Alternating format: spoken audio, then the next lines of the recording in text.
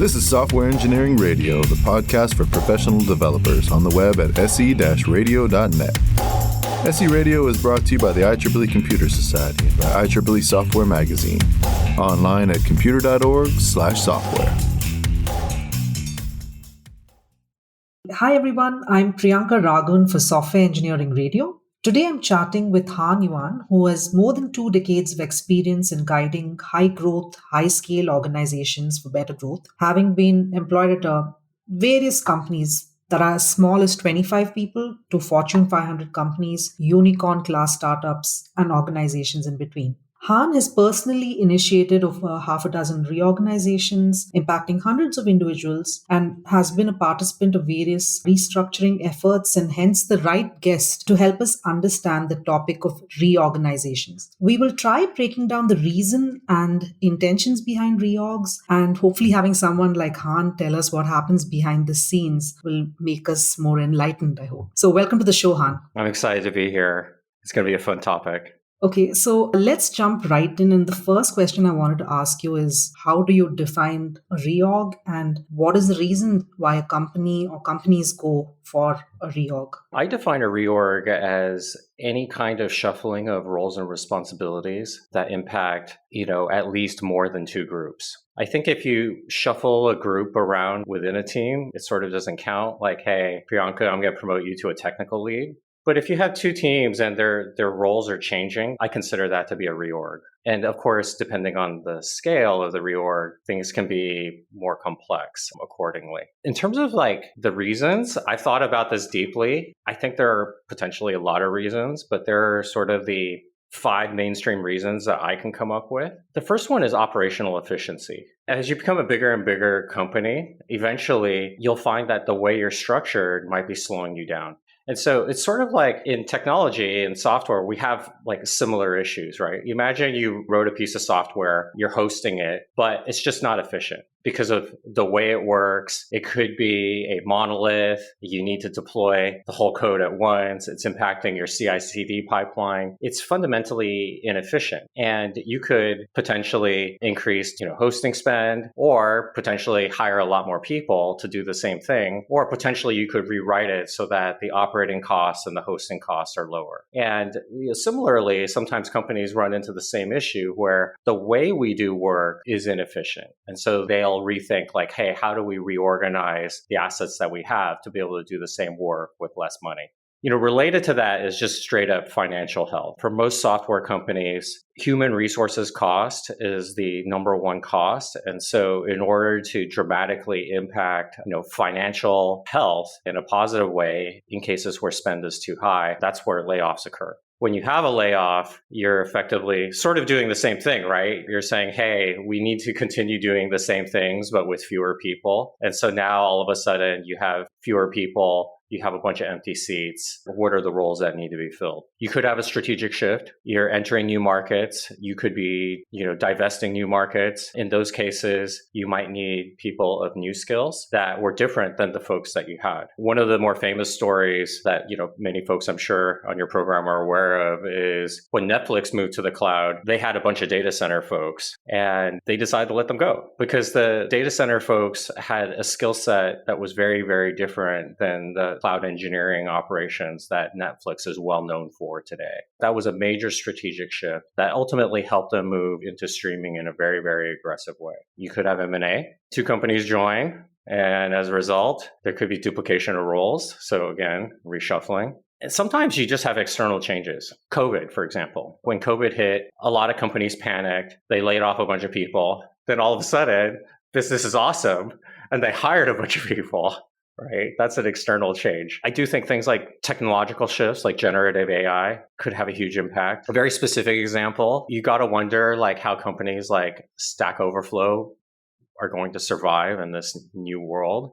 They've had a huge hit in traffic. Other examples include Quora, right? Where if you go to Quora these days, they actually show some generative AI answers. It's interesting because for those brands to survive, they need to have a major strategic shift. And maybe the personnel that they had before, it's not going to fit the new world.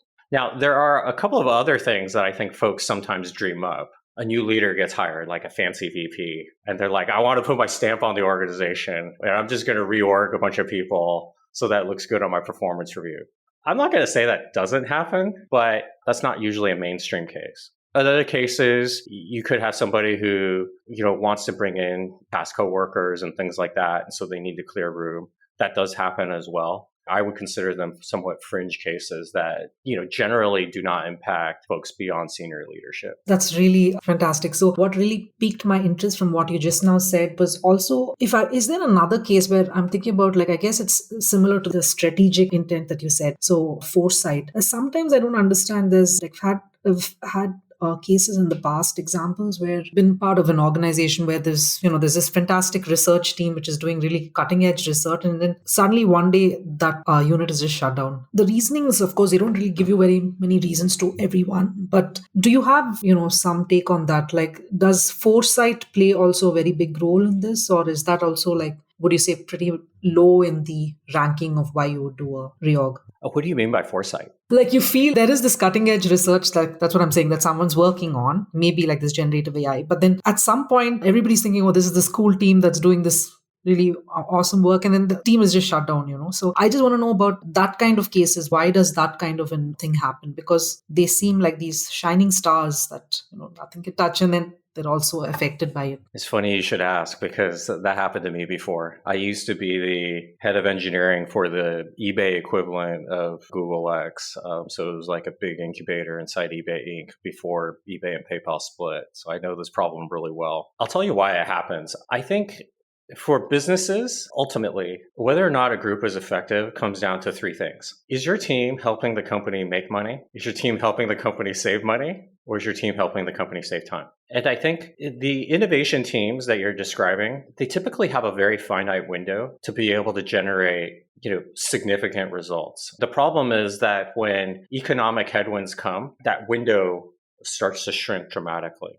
The only way those groups are typically protected is they need to be protected at the board or at the CEO level, where they're willing to run them as loss leaders. So when I first joined eBay the first time, I had a very similar role. Within the first 2 to 3 months, we took over eBay Mobile, and it went from $100 million in GMV to $3.3 billion in GMV in 22 months. For the company, they're like, okay, that's pretty good, right? There's innovation works. The second time I was there, after a stint where I joined Netflix, we spent 2.5 years there, and we did not have a hit. We tried a bunch of different things. I think the company was very impressed with sort of the things that we were trying to do and sort of the PR that we were generating at the time. The reality is that we were not helping the company make money. We were not helping them save time. We were not helping them save money. And when push comes to shove and Carl Icahn comes in and blows the company up, we just could not survive. Okay, so that makes sense. So actually, it almost looks like the biggest reason for reorg must be mostly financial. And I guess the question I wanted to ask you on this, how do leaders then decide which group is impacted? What are these behind the scenes discussions like? There's usually a thesis. So if it's not directly financial, like we need to shave X millions of dollars. So let's take that case, more around operational efficiency. Typically, what happens is an executive needs to describe a problem statement. These are the reasons why we need a reorg. For example, we might want to split the group up into 2 divisions and allow them to operate independently as full stack organizations so that they could operate autonomously.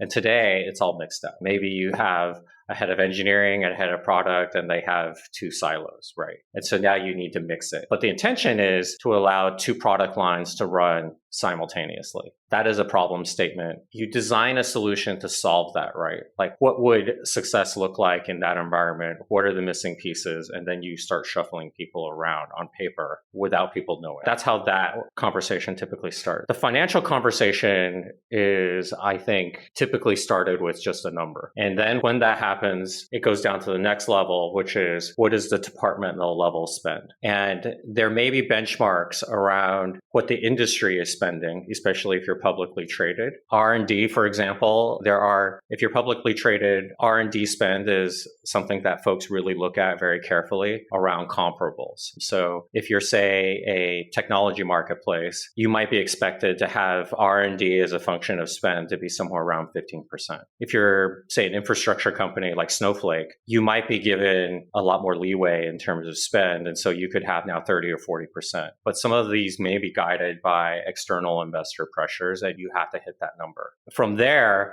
there's a sort of Russian doll aspect to it to look at, well, now which groups are more expensive, which groups are not. And that's where the targeting comes in. I mentioned this because if you're a leader and you have a budget, one of the best ways you can do to shield your team is to always think about how efficient are you. It's very tempting as a leader to think, I want to grow my career and I want to manage hundreds of people or, dozens of people. It might make me look good or make me feel good. But the opposite happens when things get rough and you're in these conversations, you're the one that's asked to pick and choose who stays and who goes. And that's not a very fun place to be. Right. Might have trouble sleeping at night, I guess. Let's also talk a little bit about the operational efficiency angle. And in that, I guess I should ask you about two laws. One is, of course, the Conway's law, and then the other one on theory of constraints. Now, how does that relate to reorganization? Is that used a lot when you actually plan a reorg? It is. A very specific example. I was at a company once where the teams were all mixed up. And they were really kind of separated to some degree by entities in the system. So you can think like users or checkout or something like that, right? But then there are like sort of business initiatives. And some of the business initiatives are making what the features and functions that work right now work better. And then there are a bunch of initiatives that are designed to attract new customers. Now, you can imagine a world where like the folks that are handling existing customers, they have a different operating cadence. They have a different go-to-market strategy. Maybe their UIs are radically different. Maybe they even want to use different frameworks. But the teams were all mixed together. And so this case, how the outside world sees your products maybe as two different things, like these are existing customers and these are new customers, are very different than the way your teams are structured. And so eventually you have to mirror the two. And that's the idea behind Conway's law, which is your organization ultimately mirrors how people consume your products. That definitely drives things. And over a period of time, you will see shifts. When you're in a mixed up state, oftentimes you're limited in efficiency. You're constrained, right? There's like kind of a limiting step. It could be like, I need to hand off, this piece of work to this team now, or this team needs to surface an API to me. And so therefore I'm stuck, right? Those are the kinds of conversations that sort of you have across the aisle that may slow things down, that otherwise have to be if you were all, say, working on the same team. And so those constraints, once you identify, are important because the idea behind theory of constraints is if you think about, say, developing software as a pipeline of activities, as software engineers, we get really excited about making things better, right? But the truth of the matter is there's probably one thing that we're all doing in our work or in our process or something that is the limiting step. Like that is the one thing that is really clogging up the system. And so we can make things better ahead of the pipeline, or we can make things better behind the pipeline, but it won't make the whole system smoother. And so a part of reorganizations is both being very mindful of whether or not our organization reflects the products we build, while simultaneously unlocking those constraints in the system that may oftentimes be a function of how teams do the work, specifically in handoffs. So, taking a cue from this, I guess the other question I wanted to ask you is, it sometimes feels that some organizations are fairly stable, whereas other organizations seem to change very frequently. Is there any science behind that? In my personal experience, it has a lot to do with leadership. One of the fascinating things about companies is many companies will have like core values, but how the company operates is somewhat a reflection of the leadership. It starts at the very top. You'd be very surprised at how much impact, say, the CEO has on the culture of the company. Like their personal quirks will resonate across the company. What I will also say, though, is that just like an organization has a hierarchy, right? Like a tree, the nodes underneath the CEO also create a hierarchy. And so they create their own subculture. So it's like a Russian doll. And so stable organizations sometimes can be, even if the company as a whole is chaotic, if the executive owning the group operates in a fairly stable way, or if they have strong protections in terms of how they do the work, they can create stability. One of the things I think folks don't fully understand with respect to how executives work is a big part of executive work is to be able to communicate the value of their organization to everybody else. Not just the CEO, but also the stakeholders and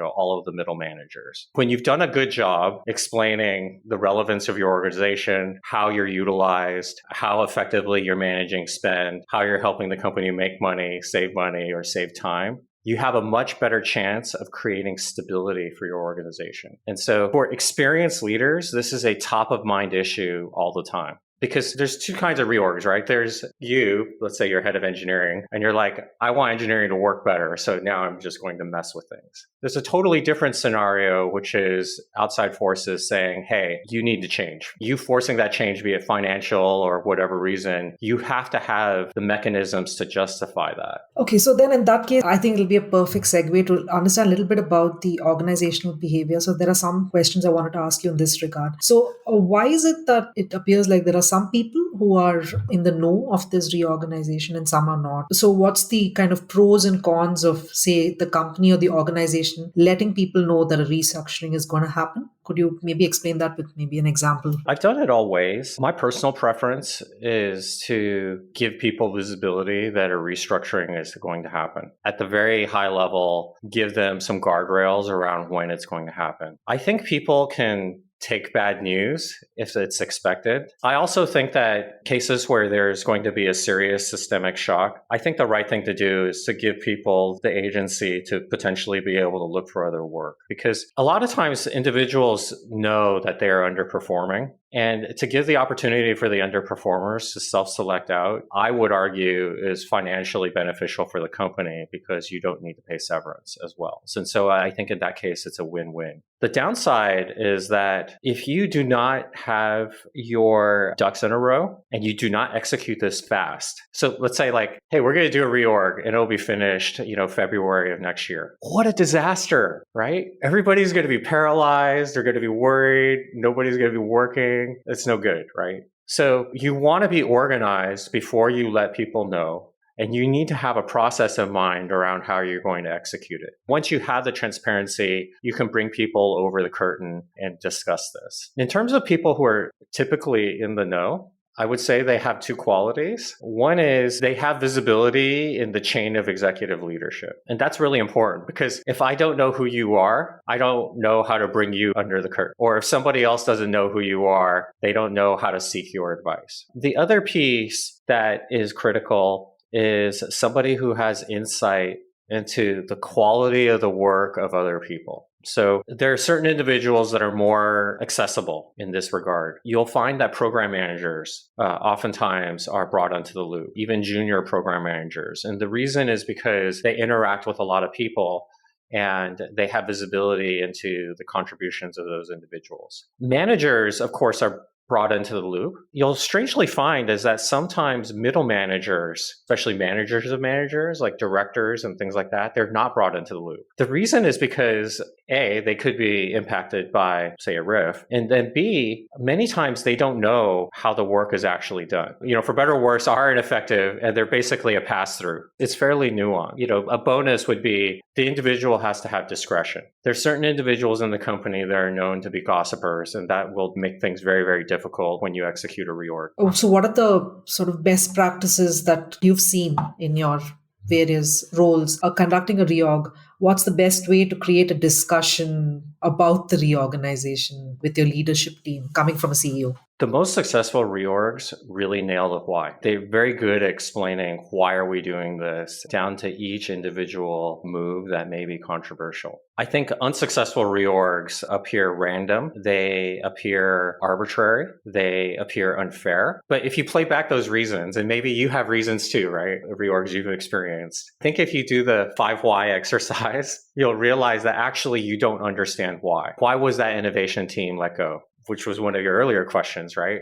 We don't know. And then people have those questions. But if you were told like, hey, they were costing a lot of money, it didn't look like anything was going to be produced a while, and it's either their salaries or maybe yours, then maybe you'd be okay with it. Being able to communicate the why in a respectful but transparent way, I think, is the key. Too often leaders want to just move on, just reshuffle everybody, but they're like, okay, take a break and let's go tomorrow. It doesn't really work that way. You really have to work with the organization to heal after a significant change. That's really insightful. So be transparent about the reorg, the whys, as you said. And then the second thing you said is also give time to actually soak in the reorg. So I think those are the two main things, right? Yeah. There's some work to be done around identifying those key individuals that you want to stay and work with them. The other thing I wanted to ask also in terms of the culture of the company and how it impacts the reorg, which you kind of talked briefly about in the beginning. Would you have examples, like, specific examples that you don't have to name companies, but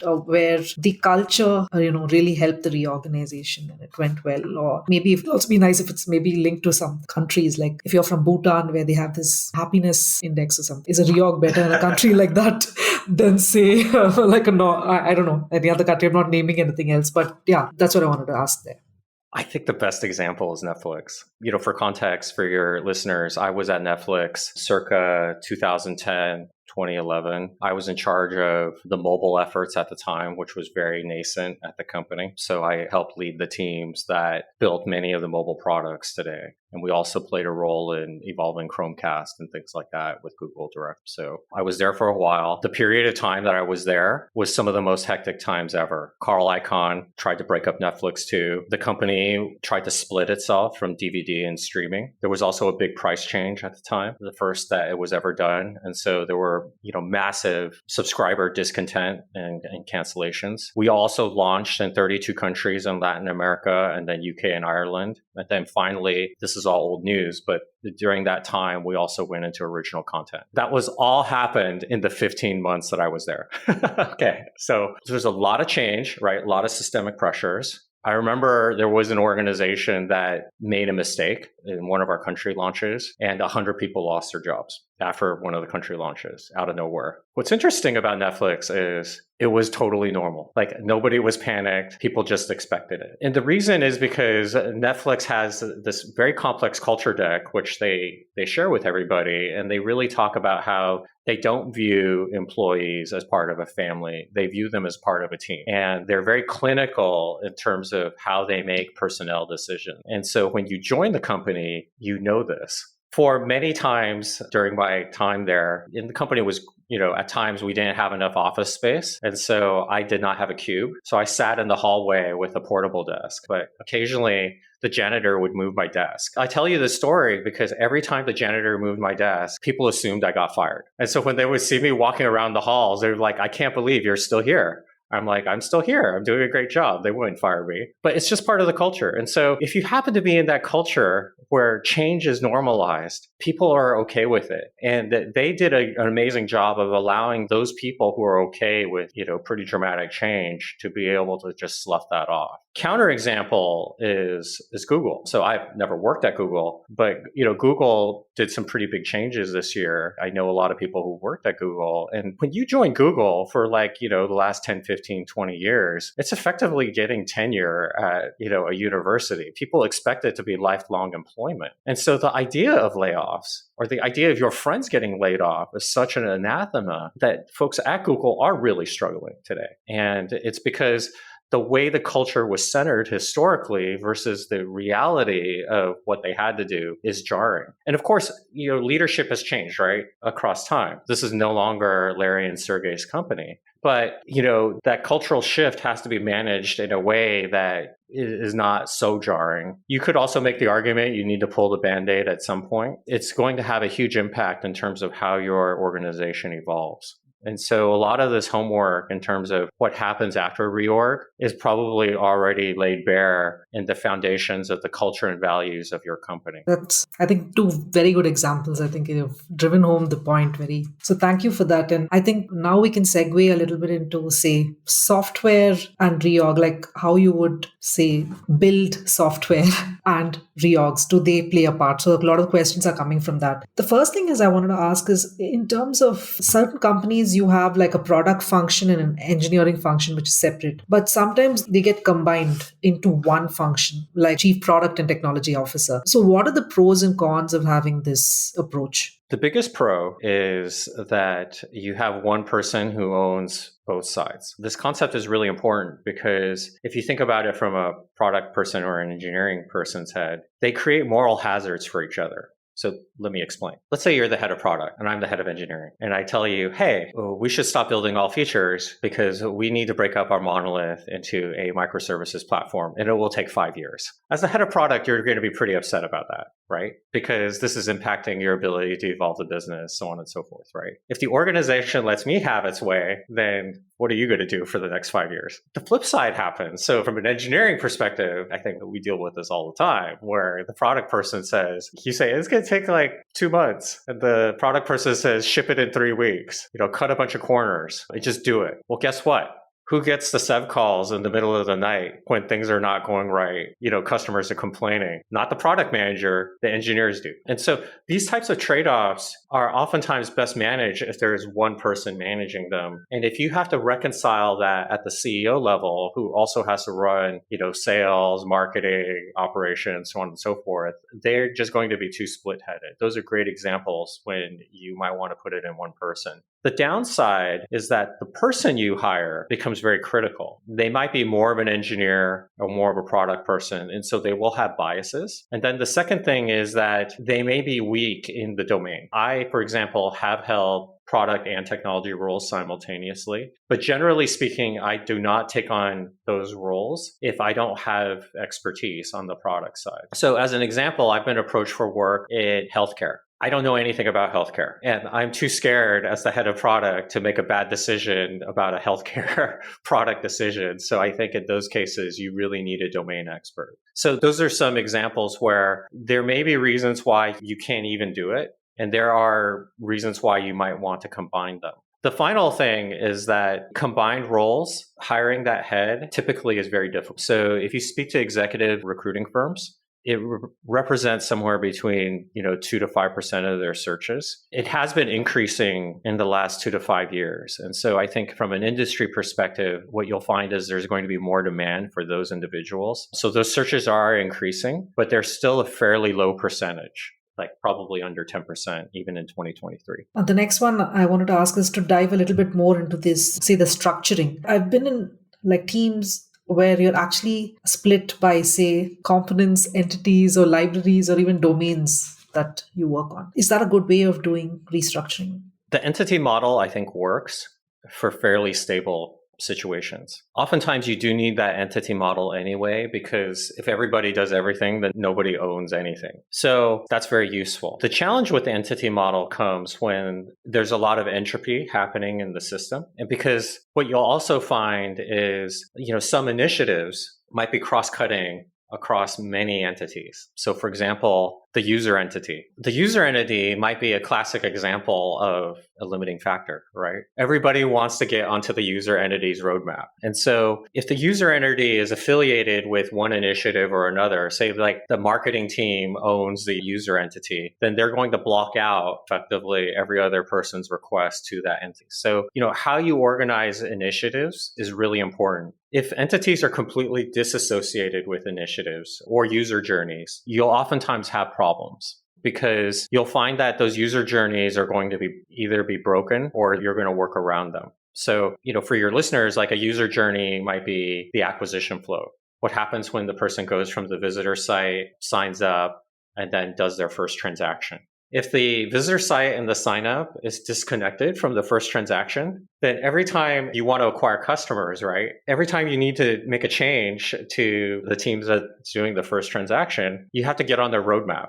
And things get slowed down. And so potentially you might want to reorg all the entities around a user journey where there might be like a GM around it, but it can be done. I think that makes a lot of sense because I think it would also be useful for the user because if you follow a user journey. There's another question I wanted to ask also in terms of some organizations, they also consider say dedicated frameworks, components and platforms while they're restructuring. What's your take on that? I would consider them constraints in the problem of reorganization. I've been in companies that have this, where you might have like old Perl code or old PHP code. Unfortunately, those individuals are so kind of landlocked because it's very difficult to take a Perl programmer and put them on the front end and do JavaScript, right? I think in the long run, there's motivation for administrators to standardize their stack as much as possible, because that way you can move people around. The second challenge that I think is the tension within most technology companies in terms of frameworks. How much of you build yourself versus how much of an ecosystem do you adopt that has a vast number of libraries? It might be intuitive for, say, engineers to just say, well, I'm going to use like the most heavily adopted ecosystem. Why would I use Ember versus React, right? Which has a ton of packages. One of the things that you'll start to realize, and there's an amazing blog post by Spolsky in like the early 2000s, where he talks about the law of leaky abstractions. Let's tell your readers about it. I'll definitely add, I don't think I can summarize it, but I clearly remember that. And I remember being so struck by that post. It was beautifully written. I don't think I have it in the show notes there, but yeah, that's something to add. The law of leaky abstractions is amazing because what it says is effectively the things that we use, libraries, frameworks, and things like that to save time, eventually they become their own maintenance headache because they may have bugs that are outside of our organization. I personally had this issue where I have open source projects and I rely on libraries. They don't get maintained anymore. And next thing I know, I'm forking the source code and I'm coding, code that I don't even fully understand just to be able to make my code work. These are the kinds of things that, are technology decisions that may dramatically impact how you deliver, your product. In our world, I think some of the more larger tectonic changes I remember include like, Magento 1 and Magento 2. Those are totally incompatible. Angular 1 and Angular 2, totally incompatible. How many people got bit by that transition where they had a full-on Angular app and then they had to rewrite their entire front end just for Angular 2? That's painful. How you choose your frameworks can dramatically impact not only who you hire, but also what work you need to do. It's very interesting, very insightful. Since you talked about frameworks, I also have to ask you, does it also make sense to have a dedicated architecture team or an enterprise architecture team in this scenario then? I personally, me versus, best practice, I prefer to have the senior leaders to be very technical, the people managers, at least at the architecture level. Because I think it's very hard for people managers who manage engineers who are not technical, because that means that they don't understand how the game is played. I view them as coaches. This is like having, imagine a sports team where the coach has never played the game, right? Or doesn't understand the nuances of games. I think that's not a good precedent. Now, with that being said, I think the more senior engineers, they can be expensive. And so in order to get economies of scale, sometimes it's useful to have a group of very senior engineers in an architecture group that can, provide guidance. However, how you run that group can be done in many different ways, and some of them are very bad. The architecture group, for example, is oftentimes the limiting factor because teams are forced to essentially go through an architecture review.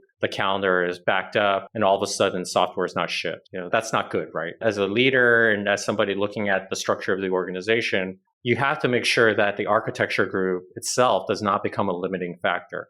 You've got me thinking there. Yeah, that's really good. Yeah, good one over there. I guess I was going to ask you a question on whether engineering managers should be able to write code. And I think you've kind of said that they should be technical. So would your answer there be, say, yes? I think so. Also, I wonder why they wouldn't be able to write code. I mean, maybe I'm just old school, but writing software is so fun. I think real technologists, first of all, I will say most engineering managers, if they're really good at engineering management, they do not have time to write code at work. I don't know why engineers wouldn't write code, even if they don't have the ability to do it full time. And most engineering managers shouldn't have that time because they would otherwise be doing a disservice to their org. But writing code is so fun. I think if you stop writing code, you stop being able to empathize with your team at a deep level. And I think that becomes problematic. When your team says, hey, my work life is not as fun because of this or that, you won't understand why they're complaining. One of the biggest reasons why engineers complain about burnout isn't because they're overworked. It's because they're doing work that they don't want to do.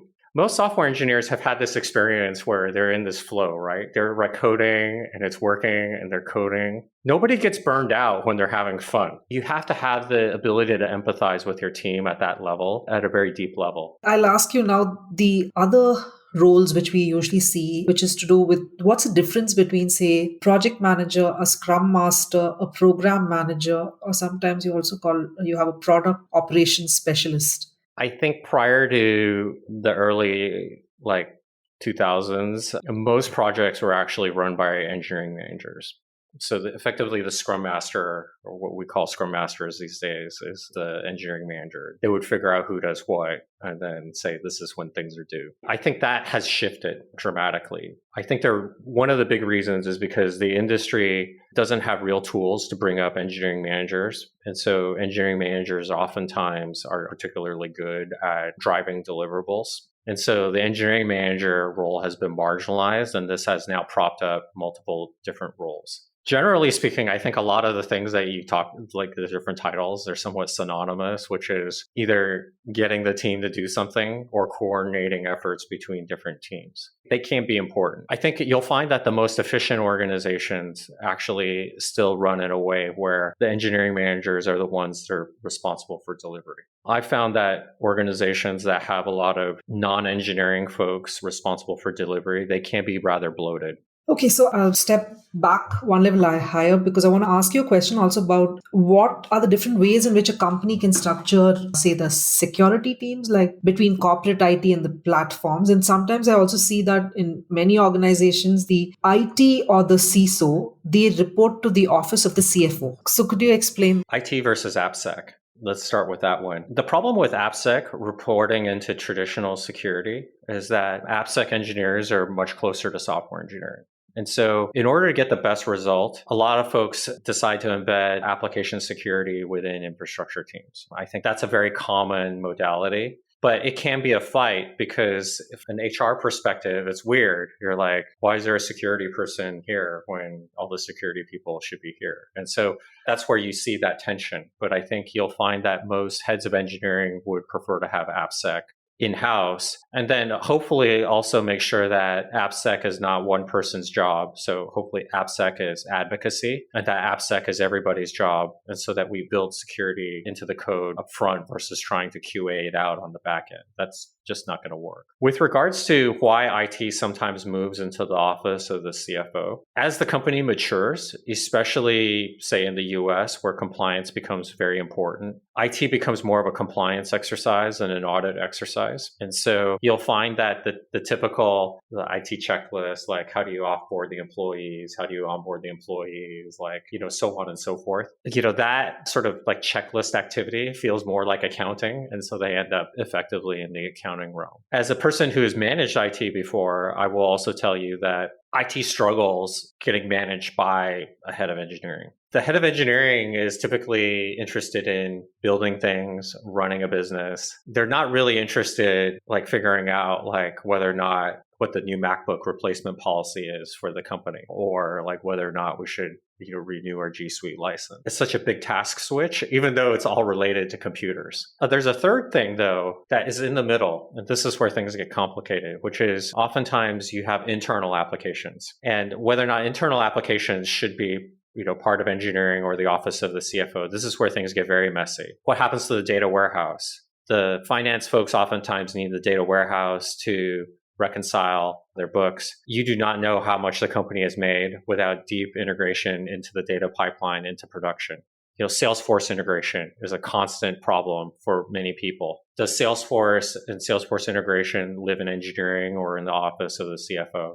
My personal sort of lived experience is that for better or worse, some of these domains can get rather complicated. And so they're better off being held back into the office of the CTO, along with all the data pipeline work and keeping the data warehouse up. Since you talked about data, this is a little bit different. I wanted to ask you about the relationship between analytics and data science. Again, that you see that there is some companies actually choose to combine both of these teams, the analytics and the data science, and some keep it separate. So why is that? Why does that happen? I think the root of the issue happens in terms of how the analytics team is used. There are many forms of analytics, right? There's product analytics, and then there's I would call them more, corporate analytics. In corporate analytics might have things like forecasting.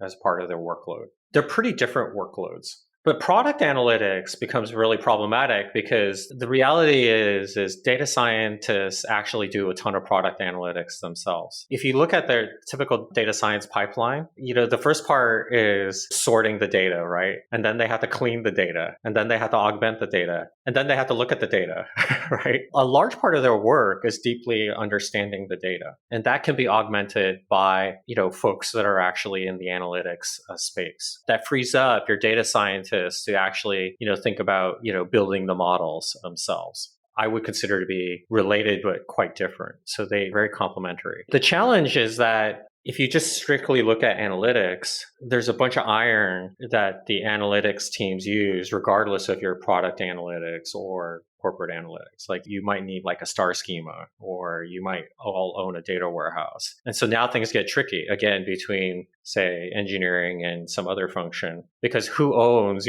keeping that database up or that data lake up? So it really, really depends. Most of the time, I would say these decisions are largely dependent on who the heads of the organizations are and whether or not they know the domain or not. The last question I want to ask in this section is there an optimal team size for software engineering teams that is good for productivity and efficiency? I think everybody has an opinion about this, so I'm going to state the opinions of famous people. Andy Grove, he's the former Intel CEO, founder. I don't know if he's a founder, but he was definitely Intel for many years. His number is 7. He says that the optimal number of people to manage for any manager is 8, which means 7 direct reports plus the manager. Over the years, I have found this to be largely true. There are some individuals that can do an amazing job of managing more than 7.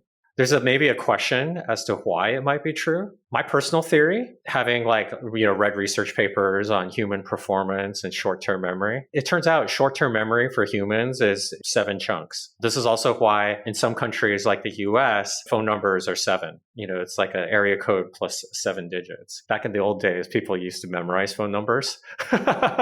These days it's irrelevant, but you could have a huge number. But for old people, they remember that they used to have to memorize the phone numbers. So that's why the phone numbers are 7. And I think you'll find that managers are going to be more effective at 7. I think when you have lower, let's say you have a manager of 4 people, and let's say they do is management. The obvious and uncomfortable question is, what do those people do all day? And especially if they manage managers, then there's a real question as to, what value does that manager add? And so, when you look at reorgs, oftentimes the middle managers are impacted because the flow of information, those middle managers end up being a pass-through. What managers, they have a very uncomfortable job. I like to say that managers' main jobs are 2 things. 1 is to say no, or 2 is to say yes, but, or yes, and. The whole reason that person exists is to reframe the work. If you just pass the work through, then you're not needed. Then the person at the top will just tell your people to do the work. You don't need to be there. Those managers that don't manage a whole lot of people, end up being at risk to get cut. Okay, that's a good tip to know, I think, for the listeners. Yeah, we're coming towards the final part of the show, and I have to ask you a few questions. Like, now that we've gone through a lot of the reasons why reorgs would happen and also about software, I wanted to ask you, how do you measure the success of a reorg? Do you have any examples that you can share of an organization that had considerable market success after a reorg? I think we had quite a bit of success at Upwork after our reorg. So we did a big reorg once right before we went public, very similar to what we described, you and I just talked about, where we identified certain key user journeys and we affiliated those domain teams with those user journeys. So effectively, the user journeys had a GM. So for example, the acquisition teams, they would be very focused on the user onboarding journey, and they had metrics that they were trying to drive towards. But they also had all the domains that would allow them to generally make the changes they want without talking to, say, another GM. And I think that was very, very effective in the sense that it allowed, teams, essentially a scrum of scrums, to be able to operate fairly independently without getting on each other's roadmaps. And they effectively had a collection of teams. And so with each month, rather than going through, large roadmap reviews, you would just, talk to each individual team and say, hey, what were the things that you tried to do, this quarter or this month? We did monthly ops reviews. And, how did your metrics change from month to month? That was very, very effective. Some of the initiatives, one of them ended up propelling the company to an IPO in 18 months. The other metric that I would say is just, employee happiness. I think you'll actually know if it works fairly quickly because employees will tell you when they don't work and the employees will tell you that it's working. And so if you can pull off a change and people are like very excited or they're like, this makes so much sense, or they're very motivated, then you've done a good job. But it's very hard to pull that off when you let people go. I think anytime you impact people, very difficult to call success just because of the nature of what happened. How do you recognize failure? Is that just through employee feedback or, again, the operational efficiencies? Yeah, I think different people will answer this differently, so I can only answer it in my way. What personally bothers me when I see leaders operate, reorgs, they let people go and then they hire the same people back very soon. That happens. To me, that shows that the job was not done well. I don't know if the employees will ever recognize that. Of course, everybody is happy that, they came back to the company. Wonderful. To me, it shows a lack of foresight and thought that there was not clear thinking at the management level that you had to do that. I've also seen companies that, cut too deep and then they, try to improve morale through, team events and things like that. That to me, like from an employee perspective, might seem like, okay, things are better. But from my metric of leadership, it means that you did not do the job. I think if you're going to do something hard, you try your darndest, A, not to do it, and then B, not to undo it. If you undo it, it's not successful. You did not do a good job. Okay, so I guess the last question I want to ask you is based on all of this that you've said. Is there any personal experience or maybe an example where you learned a valuable lesson from a mistake that you made during a reorg? The biggest mistakes I've made have always been due to communication. I have a preference, as I mentioned, to signal reorgs early. So I do not like to surprise teams. But the problem is that puts an enormous amount of pressure to execute that reorg. And there have been times when I was not able to get the management team to align fast enough on the reorg. And so it just kept dragging. That is very, very devastating because it impacts the roadmap. It impacts morale. Also, people start leaving. Sometimes the people you want to keep start leaving, which is bad. I think being very careful about moving as fast as possible is key. But there are so many unknowns. You just don't know like who's going to disagree with you, who has a different opinion, whose input you need to get, whose buy-off you need to get. Those things are very, very difficult to predict. I wonder if there's kind of testing that you can do before the actual reorg, like a scenario, like a DR scenario test that we usually do. I wonder if that's something that happens into a reorg. In this case where I made a mistake, before I signaled it, I had drafted a 25-page memo on the whys, various solutions in broad strokes. I thought I had alignment. When you start putting names to boxes, I couldn't get it together. It's really hard because I forgot who said this, but I think engineers do this too. We plan a lot, right? We do a lot of planning. And the reason is that we want to anticipate problems ahead of time. The challenge is that the biggest problems that we face are usually the unexpected. So no amount of documentation I had was going to help in this case because the things that I got burned by was outside of the 25-page document. So I don't know what to do. And that's all the questions I have, and it's been quite insightful. Thank you for coming on the show, Han. I guess before I let you go, I guess the question I need to ask is, where can people reach you in cyberspace if they wanted to? You can reach me on LinkedIn. You can find me as Han Yuan or Hanshin Yuan. That's spelled HANYUAN. And you should be able to find me. I have like funny hair, so that'll hopefully identify me from everybody else. Thank you once again. And this is Priyanka Raghavan for Software Engineering Radio. Thanks for listening. Thanks for listening to SE Radio, an educational program brought to you by IEEE Software Magazine. For more about the podcast, including other episodes, visit our website at se-radio.net. To provide feedback, you can comment on each episode on the website or reach us on LinkedIn, Facebook, Twitter, or through our Slack channel at seradio.slack.com. You can also email us at team@se-radio.net. This and all other episodes of SE Radio is licensed under Creative Commons License 2.5. Thanks for listening.